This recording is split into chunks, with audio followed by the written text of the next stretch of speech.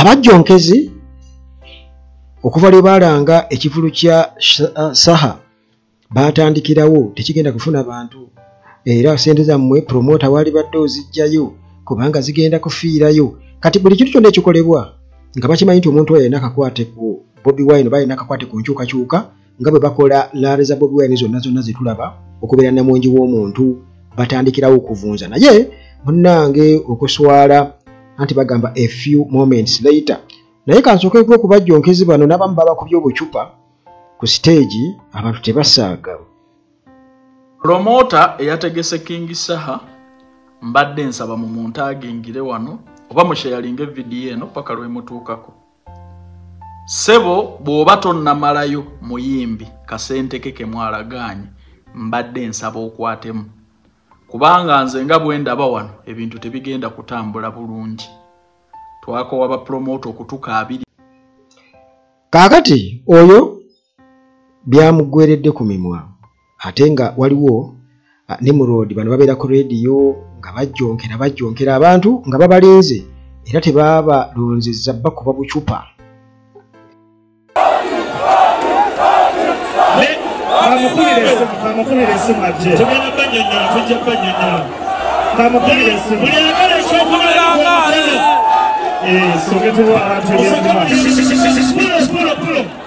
Soko ulira mawulire gano echupa eno ya Pirisina King ogula wuli echupa 3 ziri ku mutwalo echupa emu ya 3,500 enanajagala njimuli isolo kiwo mupe empute abantu banyize bagala Bobby tukole gogongo ki kale katutegera bane Sema basirige babulire. Ogambire pia Pirisina King yabikoze bamambe babulire.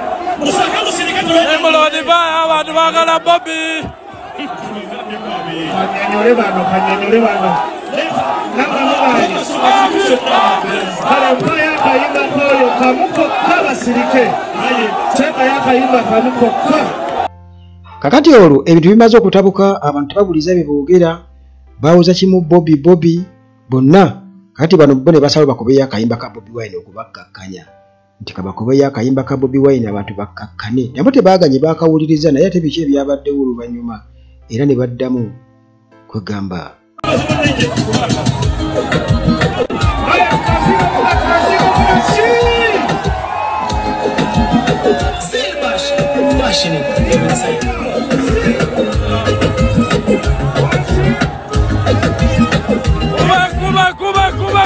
Cuba.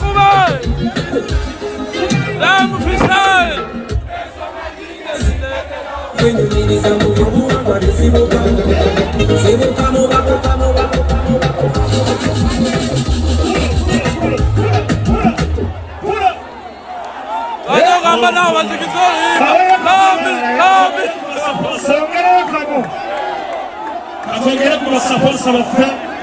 Nana bogera kwe Nimrod na bogera ku stage ya Bevako King's love King Sahachu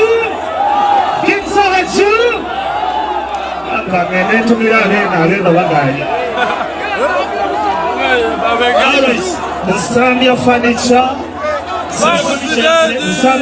hubira boko bantu Zambia furniture abantu banyize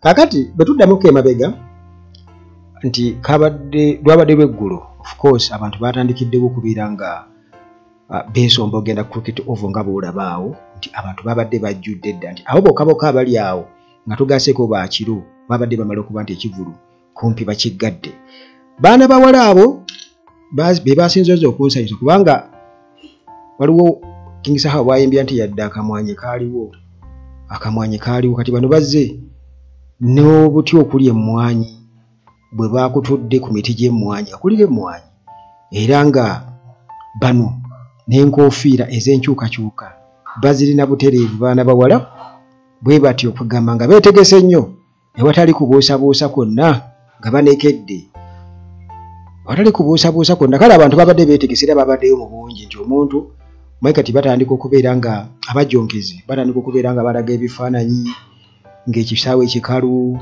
n'agamba ha leero kino kiri bwe kiti. Nabo baba n'ebyabo olumu bye babeera bategese ku nnaku ze zimu nga batera okubeera nga bakompeyalinga.